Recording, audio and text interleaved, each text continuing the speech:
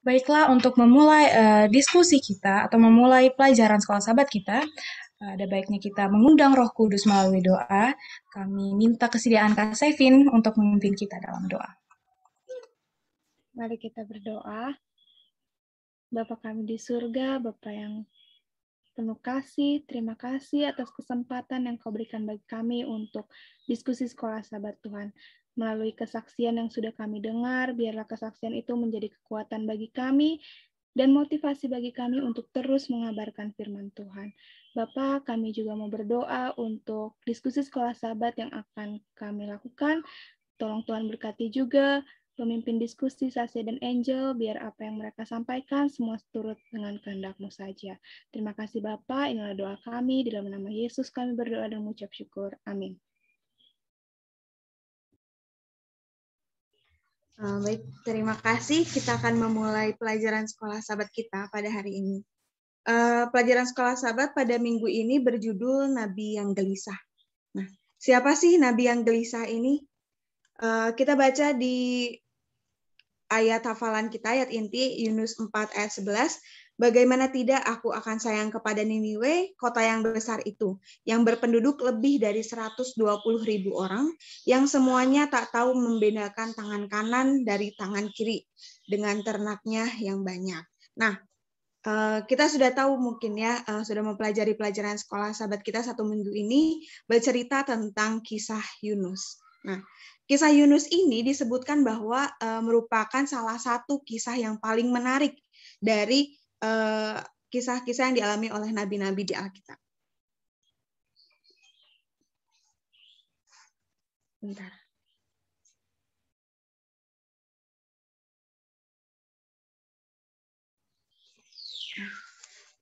Kisah Yunus ini merupakan salah satu kisah yang menarik di Alkitab. Nah, kita sudah mengetahui bahwa Yunus ini dipanggil oleh Tuhan untuk pergi memberitakan kabar keselamatan, kebenaran ke Niniwe. Tapi Yunus melarikan diri. Kenapa sih Yunus melarikan diri? Padahal Yunus ini merupakan seorang misionaris yang luar biasa suksesnya. Jadi bukan panggilan pertama Yunus dipanggil ke Niniwe, itu bukanlah panggilan yang pertama, melainkan Tuhan sudah sering mempercayakan Yunus untuk mengabarkan firman, mengabarkan berita keselamatan, dan sama seperti nabi-nabi pada umumnya, Yunus tidak menolak panggilan Tuhan. Kemudian ketika Allah memanggil Yunus untuk pergi ke kota Niniwe, apa respon dari Yunus atau bagaimana cara Yunus merespon panggilan Tuhan tersebut? Yunus dikatakan bahwa Yunus tidak mendebat panggilan Tuhan. Jadi dia tidak secara langsung bilang, Tuhan saya tidak mau pergi. Dia tidak secara langsung bilang seperti itu. Ketika Tuhan menyuruh Yunus pergi ke Niniwe, mungkin kalau bahasa kita, Yunus iya aja, dia tidak mendebat apa-apa. Namun yang dia lakukan adalah pergi meninggalkan panggilan Tuhan. Dia berlari berlawanan dengan arah yang seharusnya. Dia malah pergi ke Tarsis. Nah, apa yang menyebabkan Yunus ini pergi melarikan diri di pelajaran hari Minggu? Karena Yunus tahu bahwa orang-orang di Niniwe ini terkenal dengan kekejamannya. Niniwe ini adalah ibu kota kerajaan Asyur, dan pasukan Asyur adalah salah satu pasukan yang paling kejam di Timur Tengah. Kekejaman mereka ini telah dikenal di seluruh dunia, di seluruh lembah Mediterania di sana. Nah, catatan sejarah juga dan arkeolog itu mendokumentasikan bagaimana kekejaman para penguasa Neo-Asyur yang mendominasi timur dekat kuno pada abad ke-8 sebelum Masehi itu pada saat Yunus melayani di Israel. Nah, dokumen-dokumen sejarah Asyur dan dinding relief istana Sanherib di Niniwe semuanya menceritakan kepada kita bagaimana kejamnya orang-orang di sana, tentang kejatuhan Lakis, salah satu benteng Hizkia di perbatasan selatan yang paling penting dan paling kokoh itu. Kemudian dalam satu prasasti juga dijelaskan bahwa Sanherib mengklaim telah mengambil lebih dari 200.000 tahanan dari 46 kota berbenteng yang diklaim telah dihancurkan di sana. Nah, ketika Raja Asyur mengambil Lakis, ratusan atau ribuan tahanan itu ditusuk dan pendukung setia Raja Hizkia dikuliti hidup-hidup. Sementara sisanya dikirim ke Asyur sebagai pekerja budak yang murah. Nah, kalau kita mendengar kekejaman dari dari orang-orang Niniwe ini, tentu kita juga memiliki keraguan kalau misalkan kita yang disuruh pergi ke sana. Karena sangat terkenal ya dari dokumen sejarahnya tadi setelah diceritakan tentang bagaimana mereka itu sangat kejam, bahkan dengan teganya mengkuliti orang secara hidup-hidup. Nah, jadi kalau secara manusiawi, Yunus ragu itu kita juga tidak heran karena orang-orang Niniwe itu memang kejam. Nah, keraguan yang dimiliki dalam hati Yunus ini dibuat oleh setan, diambil kesempatan untuk iblis merasuki hati dan pikiran Yunus, sehingga Yunus tidak mau pergi ke Niniwe dan dia melarikan diri ke Tarsis. Nah, selama larinya Yunus dari Allah itu bukan tanpa masalah. Yunus menemukan istirahatnya sendiri. Dan akhirnya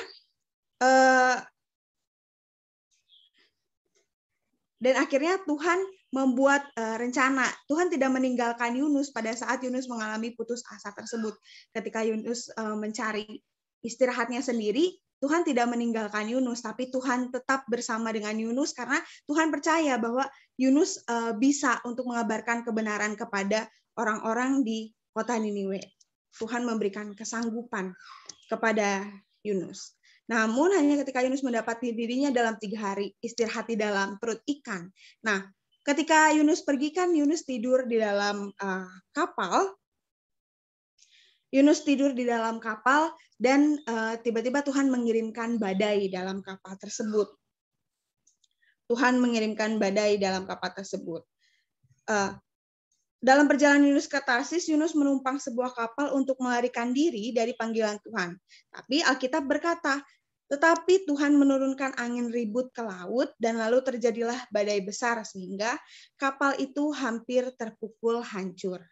Badai itu sangat ganas dan sangat besar sehingga mengancam untuk menghancurkan kapal tersebut menjadi puing-puing. Jadi kapal tersebut sudah terancam hancur, terancam tenggelam mungkin ya. Ketika menyadari bahwa kargo dan seluruh awak kapal itu terancam binasa, dalam keputusannya Yunus memohon mereka untuk membuangnya dari kapal.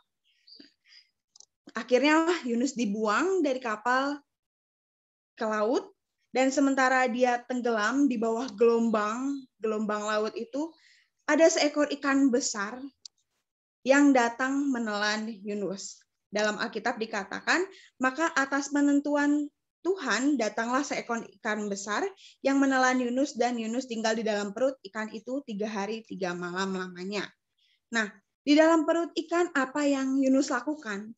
Dikatakan di hari Senin 3 hari istirahat. Yunus beristirahat selama 3 hari di dalam perut ikan.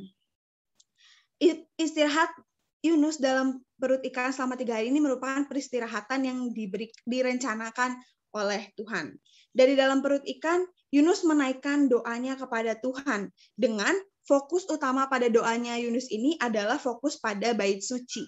Kenapa doa Yunus berfokus pada bait suci? Di dalam Yunus 2 ayat 1-9 kita bisa membaca doa apa itu doa Yunus. Nah, bait suci ini membentuk titik fokus doa dan itu harus menjadi titik pusat doa secara umum. Hanya ada satu tempat dalam perjanjian lama di mana Tuhan dapat ditemukan. Dia berada di tempat kudus. Dalam Kejadian 15 ayat 17 dan Keluaran 25 ayat 8 kita bisa baca di sana. Dan tempat kudus adalah titik pusat doa dan persekutuan dengan Allah. Yunus tidak merujuk tempat kudus Yerusalem, tapi sebaliknya dia berbicara tentang tempat kudus surgawi. Bisa dibaca dalam Yunus 2 ayat 7.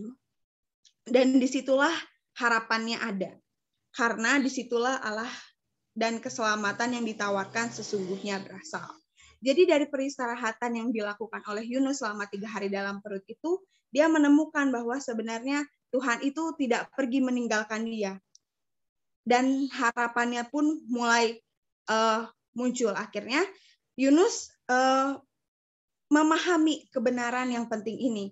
Dia telah mengalami kasih karunia Allah dan dia telah diselamatkan. Nah, saat ikan besar itu mulai memuntahkannya, dia memahami secara langsung tentang kasih Allah kepada dia sebagai seorang nabi yang melarikan diri. Dan dia juga tentu telah belajar bahwa satu-satunya jalan yang aman bagi setiap orang percaya adalah berusaha untuk berada di dalam kehendak Allah.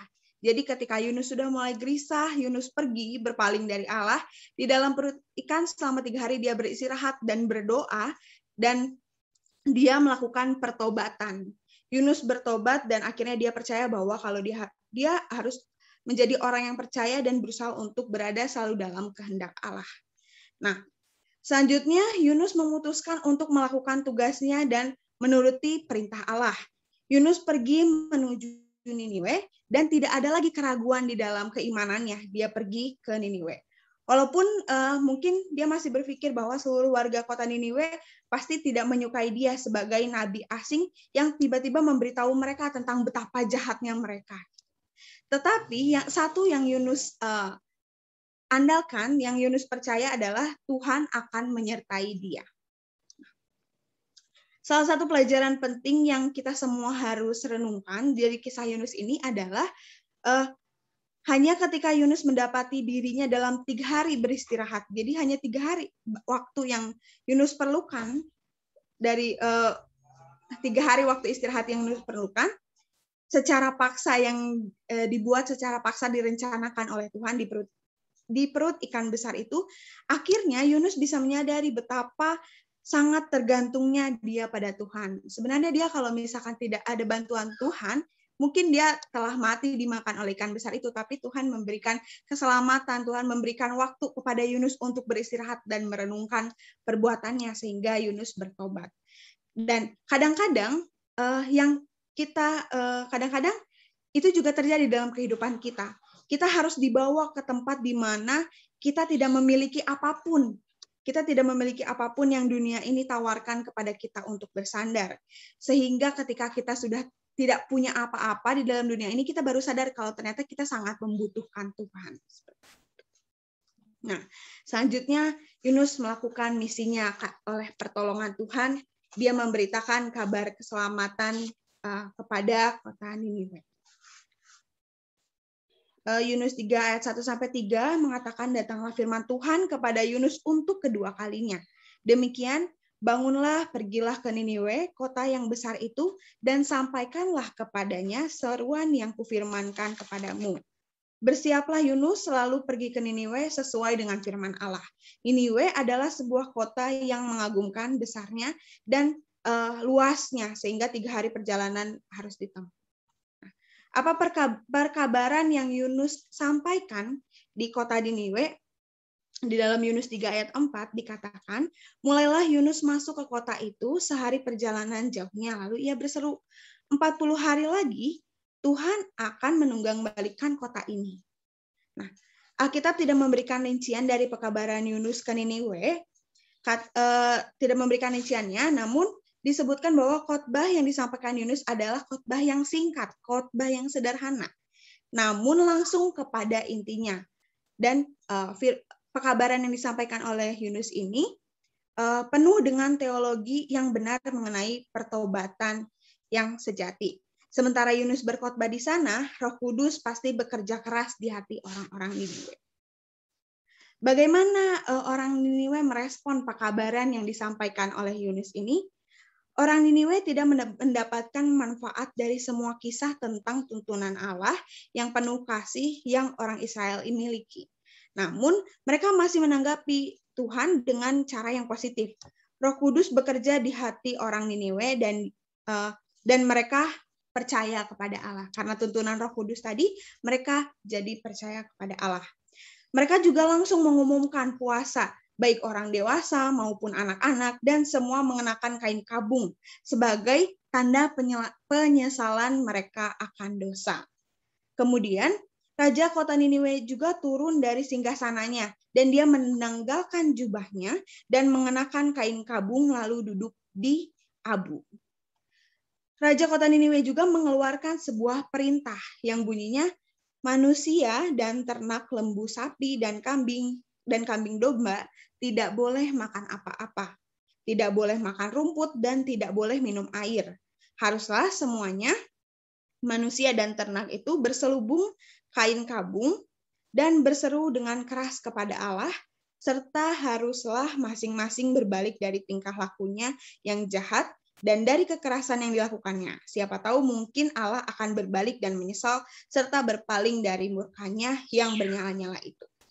Nah, apa yang dilakukan oleh bangsa Niniwe ini menunjukkan pertobatan yang sejati. Mereka bertobat dan Allah melihat pertobatan mereka itu. Dalam Yunus 3 ayat 10 dikatakan, maka menyesallah Allah karena malapetaka yang telah direncanakannya itu terhadap mereka, dan ia pun tidak jadi melakukannya. Tuhan sudah berencana untuk menunggang balikan kota tersebut, namun Tuhan melihat pertobatan yang sejati yang dilakukan oleh bangsa Niniwe itu, sehingga Tuhan menyesal dan tidak jadi melakukan rencananya. Nubuatan tentang kebinasaan Niniwe adalah nubuatan yang bersyarat. Ketika Niniwe bertobat, hukuman yang mengerikan tidak terjadi atas mereka, sebab Tuhan lebih menginginkan pertobatan dan bukan kebinasaan. Nah, pertobatan ini adalah bagian yang sangat penting dari kehidupan kekristenan kita, dari pengalaman Kristen, agar kita mendapatkan istirahat yang sejati di dalam Yesus.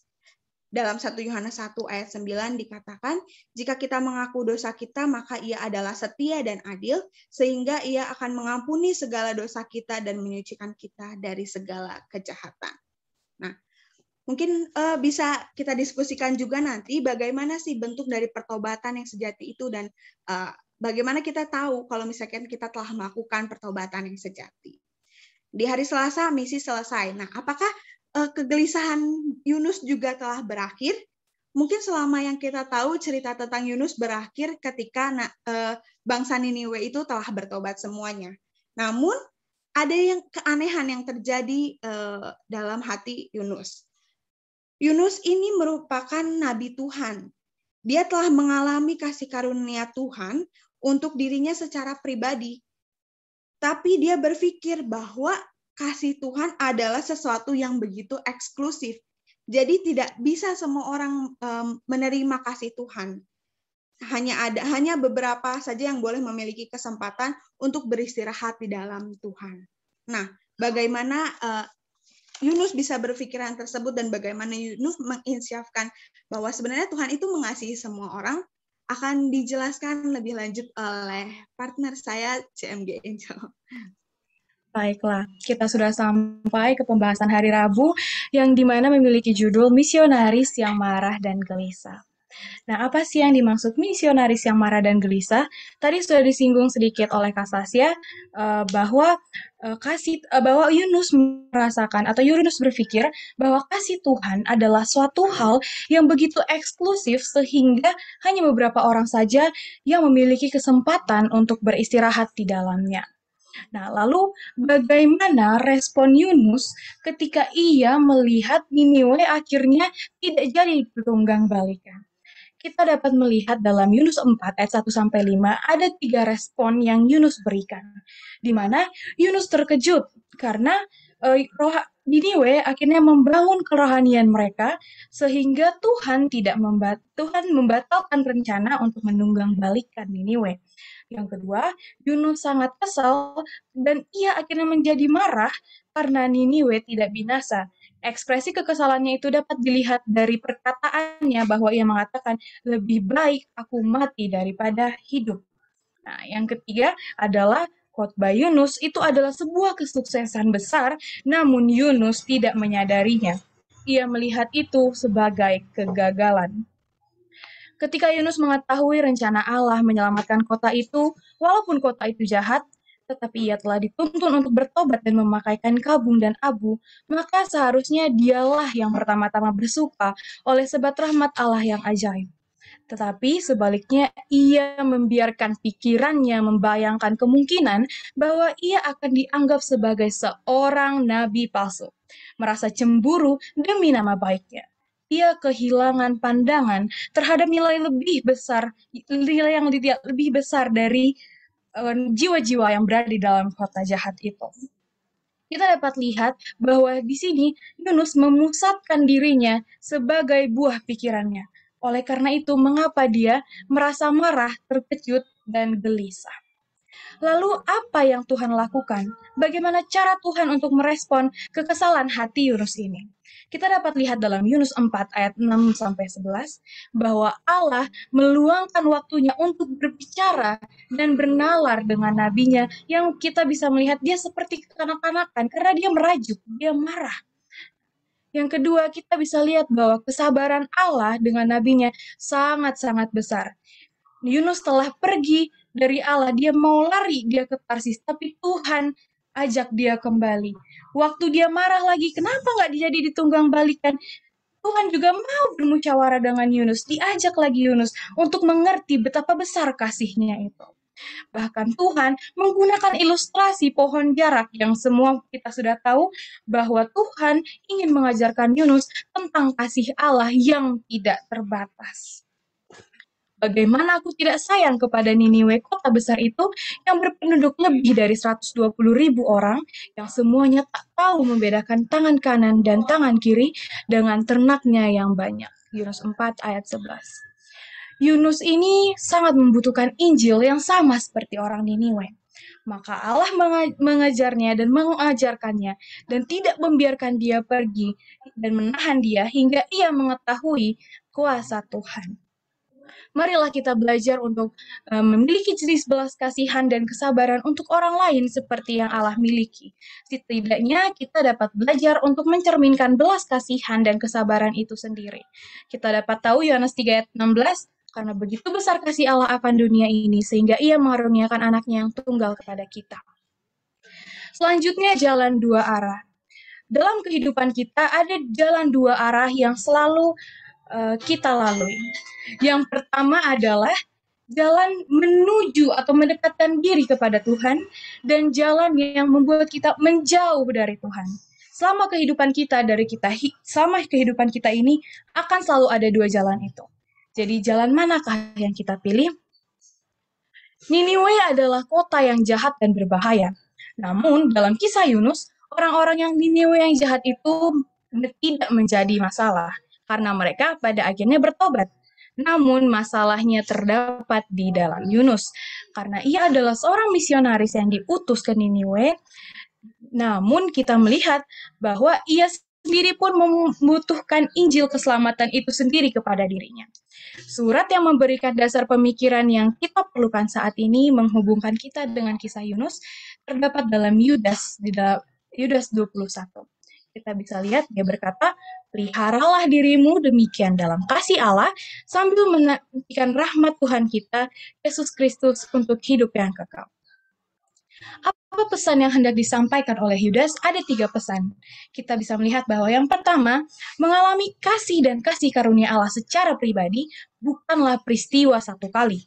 Tetapi itu adalah peristiwa yang berulang-ulang setiap hari kita rasakan sepanjang perjalanan hidup kita. Yang kedua, salah satu cara pasti untuk memelihara diri sendiri. Demikianlah dalam kasih Allah adalah dengan menjangkau orang lain dan menginginkan mereka diselamatkan. Yang ketiga dalam ayat 23, Yudas menunjukkan bahwa belas kasihan menyelamatkan orang lain adalah dengan merampas mereka dari api. Kita menyelamatkan mereka dari api. Apa yang dapat kita pelajari dari kisah Yunus merespon tentang pertobatan orang Niniwe adalah Yunus tidak siap untuk memiliki seorang Niniwe sebagai tetangganya di surga. Yunus tidak belajar untuk mengasihani sebagaimana Allah mengasihi seorang lain.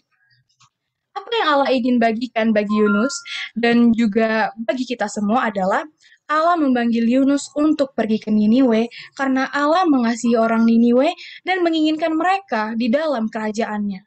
Tetapi Allah juga memanggil Yunus karena Allah mengasihi Yunus dan menginginkan Yunus berada di dalam kerajaannya. Allah ingin Yunus bertumbuh dan menjadi seperti dia saat mereka bekerja bersama-sama.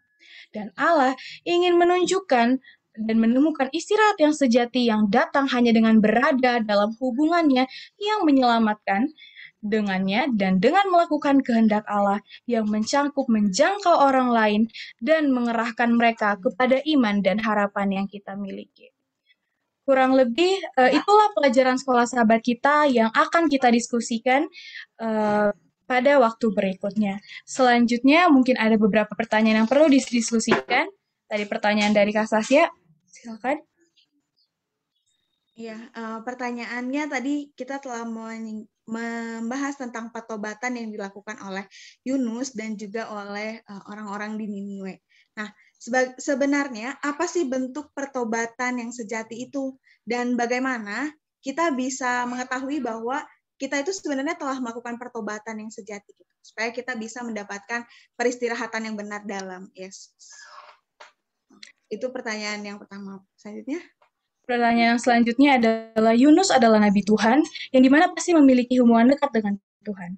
Bagaimana kita manusia biasa dapat tidak ragu pada Tuhan, sedangkan Yunus yang nabi Tuhan aja memiliki keraguan. Nah, gimana caranya supaya kita tidak ragu? Dan seandainya pun kita sudah ragu, bagaimana cara kita mengatasi keraguan itu supaya kita tetap berpegang pada Tuhan? Mungkin itu pertanyaan yang perlu didiskusikan. Ada yang mau memberi jawaban atau tambahan, dipersilakan. Ya. Mungkin dari Om Darius ada tambahan atau memberikan jawaban dari pertanyaan kita tadi, kita masuk ke diskusi sekarang. Pertanyaan tadi ada dua, bentuk dari pertobatan yang sejati itu dan bagaimana kita tahu kalau kita telah melakukan pertobatan yang sejati. Dan yang kedua tadi, bagaimana kita sebagai manusia biasa, Yunus saja yang seorang nabi, gitu, masih bisa masih mendapatkan keraguan dan kegelisahan dalam hatinya, bagaimana kita menghadapinya dan cara mengatasinya. Oke. Terima kasih, selamat sahabat untuk kita semua. Puji Tuhan, ya, puji Tuhan, luar biasa. Pemahaman kalian berdua terhadap kitab Yunus ini dan tentu pemaparan yang sangat indah sekali. Ya, Om Darius mungkin saya tidak menjawab pertanyaan dulu, tetapi mungkin pertanyaan ini kembali ditanyakan, khususnya pertanyaan nomor 2, ditanyakan kepada kalian berdua sendiri, ya. Tadi malam masih ragu-ragu, ya kan? Tadi malam masih ragu-ragu, tetapi ternyata hanya semalam saja luar biasa.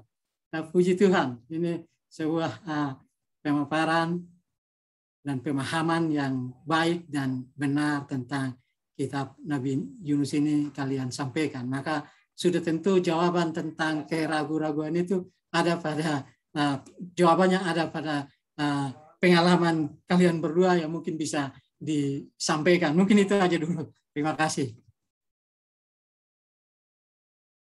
Terima kasih Om Darius. Mungkin dari Om Beni atau Om Deni, Pak Pendeta, yang mau memberikan tambahannya atau menjawab dari pertanyaan-pertanyaan yang tadi, biar kami juga sebagai orang muda itu bisa belajar lebih alkitabiah gitu. Boleh saya menambahkan, Kak ya? Boleh.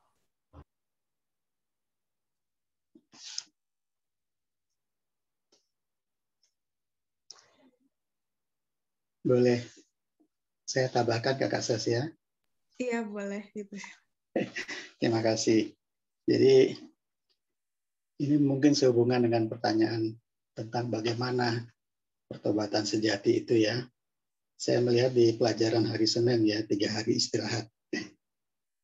Ada satu hal yang sangat menarik. Kenapa Yunus kok dia menyadarinya itu di dalam perut ikan gitu ya. Kok di dalam perut ikan bukan di tempat di mana dia melarikan diri ya. Ini ada satu hal yang luar biasa yang harus kita ketahui ya. Kenapa dia harus di dalam perut ikan? Coba kita bayangkan, Kalau misalnya dia menyadari mungkin di dalam kapal itu, ya, dia mungkin tidak bisa menyadari kalau dia di dalam kapal ya.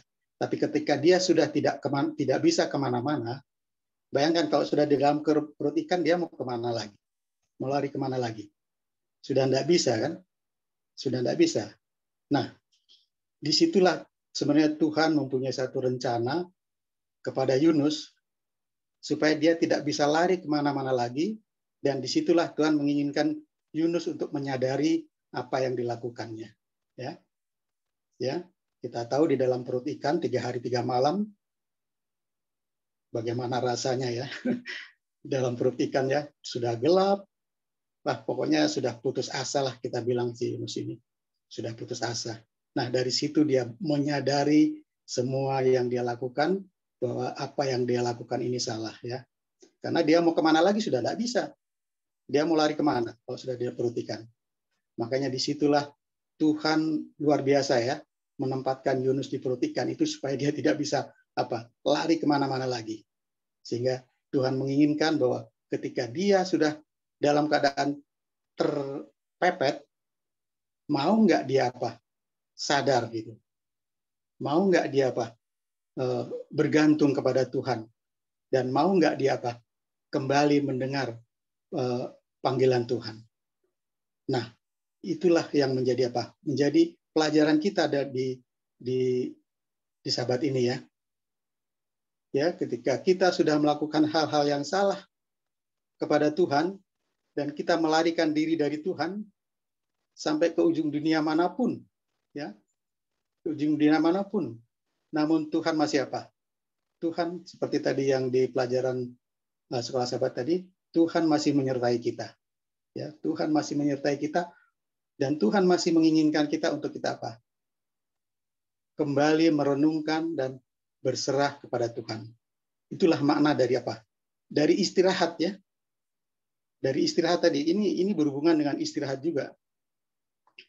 Berhubungan dengan istirahat. Kenapa Tuhan ciptakan 1 hari di dalam 1 minggu itu ada hari Sabat, hari perhentian? Karena Tuhan menginginkan kita di dalam segala kesibukan duniawi kita, di dalam segala kegelisahan kita, mungkin di situ ada kekecewaan atau mungkin ada hal-hal yang memang kita memerlukan pertolongan Tuhan, maka Tuhan memberikan 1 hari untuk kita beristirahat, merenungkan kehidupan kita di dunia ini seperti apa sih? Kok sepertinya kita terlalu terbuai dengan dengan kesibukan kita tanpa kita memberikan kesempatan bagi diri kita untuk untuk melepaskan segala kesibukan ini. Ada satu pengalaman, ya ini dari saya pribadi, ketika saya mencari sesuatu yang sudah sampai pusing, sampai ini nggak ketemu, dan memang nggak ketemu. Akhirnya di situ ada rasa kecewa, rasa gelisah, mungkin marah. Tetapi ketika saya mau menenangkan diri, beristirahat, untuk tidak lagi memikirkan itu, dan saya serahkan semuanya itu kepada Tuhan, ya, nggak taunya ketika semua sudah tenang, hati sudah tenang, pikiran sudah tenang, semuanya sudah tenang, akhirnya ada inspirasi, ada pikiran, oh kayaknya di situ itu, kayaknya di situ itu, ternyata betul, akhirnya ketemu. Nah, inilah makna dari dari istirahat itu. Jadi jangan kita kalau sudah sudah terfokus dengan sesuatu yang kita ingin selesaikan dan itu tidak bisa diselesaikan, kita terus terfokus ke situ, akhirnya menjadi masalah dan beban bagi kita, dan peristiwanya ini bisa juga dialami peristiwa ini mungkin dialami oleh Yunus karena dia terfokus untuk tidak mau datang ke Niniwe karena dia merasa bahwa dia yakin bahwa bangsa Niniwe tidak akan mau mendengar apa yang dikatakan Yunus. Dia terfokus ke situ sehingga dia tidak sadar bahwa sebenarnya Tuhan menyuruh ke sana itu bahwa Tuhan tidak akan meninggalkan dia. Ya. Nah, inilah yang perlu ketika kita terfokus dengan sesuatu masalah yang kita tidak bisa selesaikan, kita harus beristirahat, menenangkan pikiran, menenangkan hati. Untuk Untuk meminta pertolongan Tuhan, sehingga satu saat ketika kita sudah pikiran dan hati kita sudah tenang, maka di situ ada Tuhan memberikan apa? Memberikan satu berkat, satu jalan keluar, ya. Pasti itu. Pasti. Karena ini saya alami sering seperti itu dan pasti terjadi, ya. Ketika sesuatu yang saya cari nggak dapat, tetapi ketika saya mencoba untuk menenangkan diri, untuk refresh, dan saya mencoba untuk bergantung kepada Tuhan, meminta tolong pada Tuhan, pasti ketemu. Itu pasti, ya. Pasti ketemu. Nah, inilah pelajaran bagi kita, bagaimana pentingnya kita mengistirahatkan pikiran kita untuk apa? Untuk merenung, menyadari apa yang kita lakukan, dan yang terpenting lagi, Bapak, dalam istirahat itu kita selalu dekat dengan Tuhan. Itu pelajaran kita kalau saya lihat di pelajaran hari Senin ini. Terima kasih. Terima kasih untuk jawabannya serta pendapatnya. Dari Pak Pendeta ada, boleh? Ya, terima kasih. Selamat sahabat semuanya. Pertanyaan pertama tentang pertobatan sejati, ya. Pertobatan sejati adalah di mana kita telah atau di mana kita mengetahui bahwa Tuhan memberikan keselamatan kepada saya, kepada kita semua yang ada di Zoom ini, bahkan keselamatan itu juga kepada orang lain. Kemudian setelah kita mengetahui itu kita harus menjadi misionaris-misionaris seperti Yunus. Kalau saya bertanya, adakah yang tahu arti dari Yunus? Ada yang bisa jawab? Yunus? Yunus artinya merpati. Terima kasih Pak Willy, ya. Sekarang kita ingat lagi cerita-cerita kah atau pengalaman-pengalaman atau di dalam film-film. Merpati itu fungsinya apa? Tak pernah ingkar janji. Ya. Mengirim pesan. Ya, mengirimkan kabar, ya. Itu digunakan oleh orang-orang zaman dulu, ya, dari satu tempat ke tempat yang lain. Luar biasa. Merpati mempunyai pengertian seperti itu, ya. Oleh sebab itu Yunus, ya, artinya adalah merpati. Dia bisa mengirimkan kabar itu, kabar keselamatan dari Tuhan kepada bangsa yang lain. Nah, Yunus, ya, beda dengan merpati. Kalau merpati itu di udara, tetapi Yunus di dalam perut ikan. Kemudian digunakan oleh Tuhan untuk menjadi misionari di Nineveh. Nah, di dalam arti peristirahatan yang diambil oleh Yunus adalah justru dia mengambil istirahatnya sesuai dengan pikirannya. Kemudian dia ambil apa? Dia bertindak bagaimana untuk istirahatnya? Dia pergi ke Tarsis.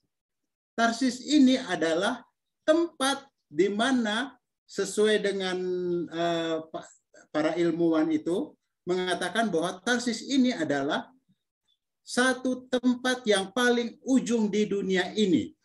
Dia menginginkan dia berada di sana, kemudian dia mendapatkan istirahatnya sesuai dengan keinginannya. Ya. Tetapi maksud Tuhan, rencana Tuhan itu lain. Dia memberikan keselamatan kepada semua orang. Kita ingat bahwa Asyur ini dibenci oleh Yunus oleh karena apa? Oleh karena nenek moyang dari Yunus, bangsa Israel itu dibantai, ya, seperti yang disampaikan oleh siapa tadi? Oleh Sasa, ya, mengenai bagaimana orang-orang Israel yang dibantai, ada yang dikuliti, kemudian dikirim, kemudian ada juga yang dibawa sebagai budak-budak yang diberikan upah dengan murah. Ya, itu ya. Kenapa sampai Yunus tidak mau ke sana? Itulah pikiran yang ada di dalam rencananya. Dia tidak mau. Karena apa? Karena dia tahu pasti bahwa Tuhan akan memberikan pengampunan apabila orang-orang Nineveh ini mau bertobat. Ya. Oleh sebab itu, kita sebagai Yunus juga memiliki hal-hal yang seperti sikap-sikap yang dilakukan oleh Yunus, ya. Ada kalanya Tuhan minta supaya kita ke sini, kita juga sering melakukan kemauan seperti yang kita inginkan.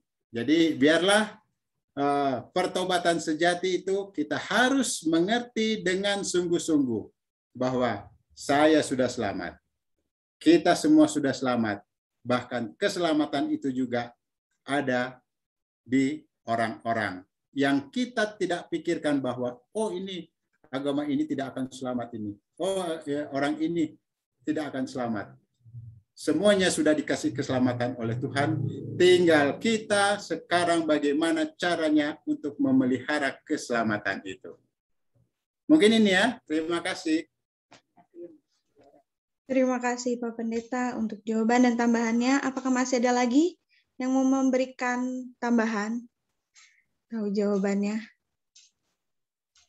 Oke, mungkin saya tambah sedikit tentang pertobatan sejati menurut kitab Yunus. Ini karena kita belajar tentang kitab Yunus, menurut kitab Yunus. Mungkin ayat yang telah disampaikan oleh Saudari Sasha kalau tidak salah, 1 Yohanes pasal 1 ayat 9 ya. 1 Yohanes pasal 1 ayat 9. Di situ kita harus menyadari atau mengakui menurut 1 Yohanes pasal 1 ayat 9, menyadari atau mengakui akan kesalahan. Akan kesalahan yang kita lakukan, kemudian itu harus dibuktikan di dalam perbuatan. Kita bisa melihat bagaimana orang-orang Niniwi ketika mereka mendengarkan berita itu, mereka menyadari akan apa? Akan kesalahan mereka, menyadari akan kelemahan mereka, dan itu mereka buktikan dengan apa? Mereka apa? Berpuasa, berkabung. Bahkan dikatakan rajanya sendiri turun dari tahtanya, luar biasa. Itu. Jadi harus dibuktikan dengan perbuatan, dan dari versi Nabi Yunus sendiri, dari sisi Nabi Yunus sendiri, maka tentu berita itu harus disampaikan kepada apa? Kepada orang lain. Jadi harus memahami, mengakui, menyadari bahwa memang kita apa? Bersalah. Setelah itu harus ada perubahan di dalam kehidupan kita, dan perubahan itu akan mendorong kita untuk apa? Untuk menyampaikan itu kepada saudara-saudara kita yang lain. Karena kalau tidak ada perubahan, ya bagaimana mungkin kita bisa menyampaikan kalau kita sendiri apa? Tidak berubah. Hal yang berikutnya mungkin yang saya ingin sampaikan, bahwa kitab Yunus ini terdiri dari 4 pasal. Terdiri dari 4 pasal, dan itu bisa saya simpulkan dengan satu kata, yaitu berlari. Berlari. Pasal pertama itu menunjukkan bahwa Yunus berlari dari Tuhan atau berlari menjauhi Tuhan. Pasal yang kedua, Yunus berlari kepada Tuhan. Di dalam perut ikan dia apa? Mencoba untuk berlari kepada Tuhan. Dan pasal yang ketiga, dia berlari bersama Tuhan. Ketika apa? Dia dimuntahkan di kota Niniwi, dan dia mulai apa? Berlari bersama Tuhan menyampaikan kabar keselamatan ini. Dan di pasal yang keempat, yaitu dia mencoba untuk berlari mendahului Tuhan. Kenapa demikian? Karena dia meminta supaya Tuhan kalau bisa selamat sekarang. Itu dia apa? Dia berlari mendahului Tuhan. Berlari mendahului rencana Tuhan di dalam kehidupannya. Mana yang kita akan apa? Kita akan pilih. Apakah kita mau berlari menjauhi Tuhan? Berlari mendahului Tuhan? Berlari kepada Tuhan? Atau berlari bersama Tuhan? Nah, ini tergantung daripada kita masing-masing. Mungkin itu saja sedikit tambahan dari saya. Terima kasih. Terima kasih Om Darius. Tadi yang harus kita renungkan juga ya. Mau kemana arah pelarian kita ini? Apa kita mau berlari mendahului Tuhan atau berlari bersama dengan Tuhan? Nah, karena waktu juga kita terbatas, mungkin satu lagi yang mau memberikan tambahan atau pendapat. Oh, Kak Beauty boleh. Mau pertanyaan ya. mungkin tadi saya kurang nyimak, entah Om Dery sudah menjelaskan apa Syahsa Angel sudah menjelaskan.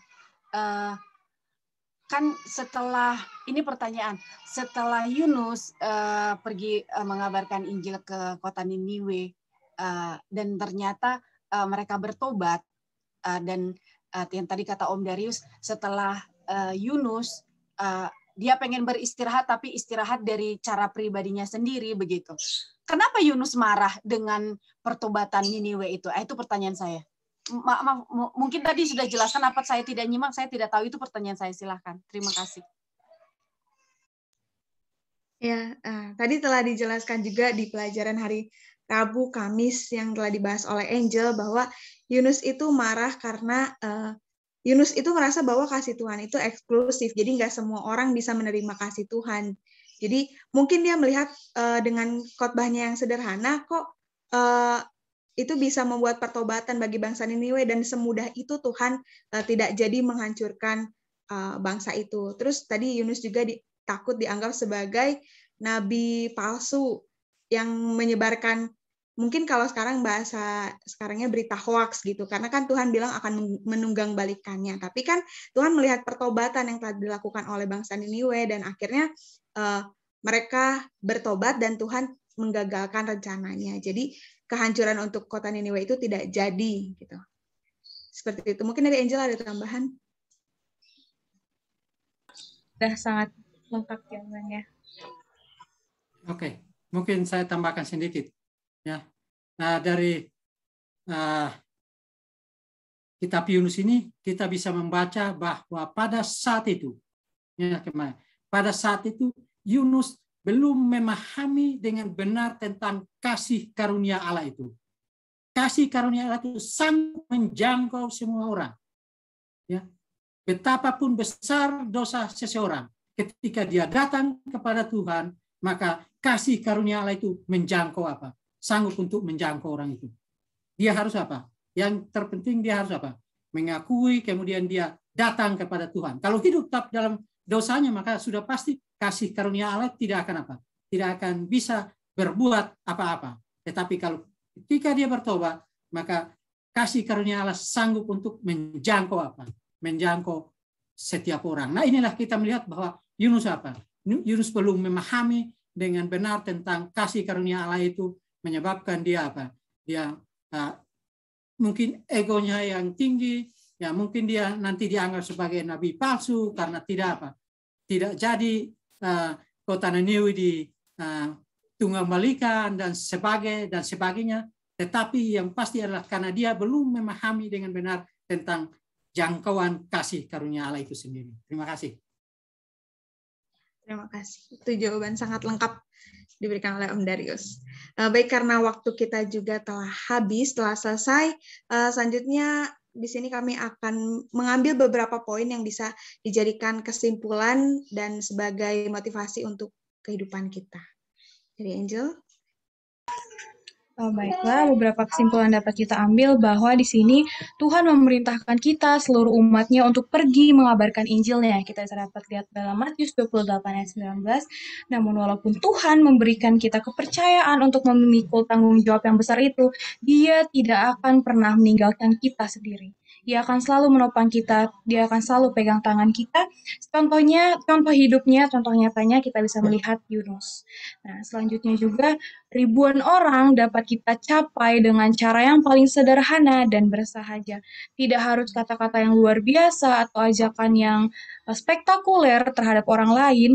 Kita bisa dengan cara yang sederhana dan tepat, dengan bantuan Roh Kudus, itu semua akan bekerja. Selanjutnya juga tadi dalam pertobatan yang sejati kita harus bertobat, karena pertobatan itu adalah sangat penting bagi pengalaman umat Kristen.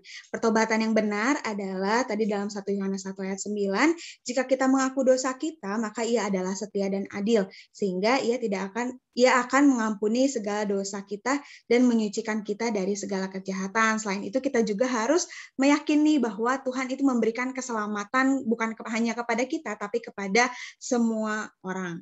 Kemudian kita juga harus percaya bahwa Allah yang memberikan kita tugas atau pekerjaan itu adalah Allah yang benar-benar sanggup menopang kita, sanggup mendukung kita, dan sanggup menguatkan kita. Karena Tuhan tidak pernah memberikan kita sebuah tugas tanpa memberikan kita kesanggupan untuk menyelesaikan tugas itu. Di dalam buku Ellen G. White, Seri Membina, jilid 5 halaman 254 dikatakan, bila kehendak manusia bekerja sama dengan kehendak Allah, ia menjadi kuasa yang besar. Apapun yang dilakukan atas perintah Tuhan dapat dicapai di dalam kekuatannya, dan segala perintahnya adalah mungkin untuk dilaksanakan. Jadi marilah kita selalu mengandalkan Tuhan dalam setiap pekerjaan Tuhan yang kita lakukan dalam kehidupan kita.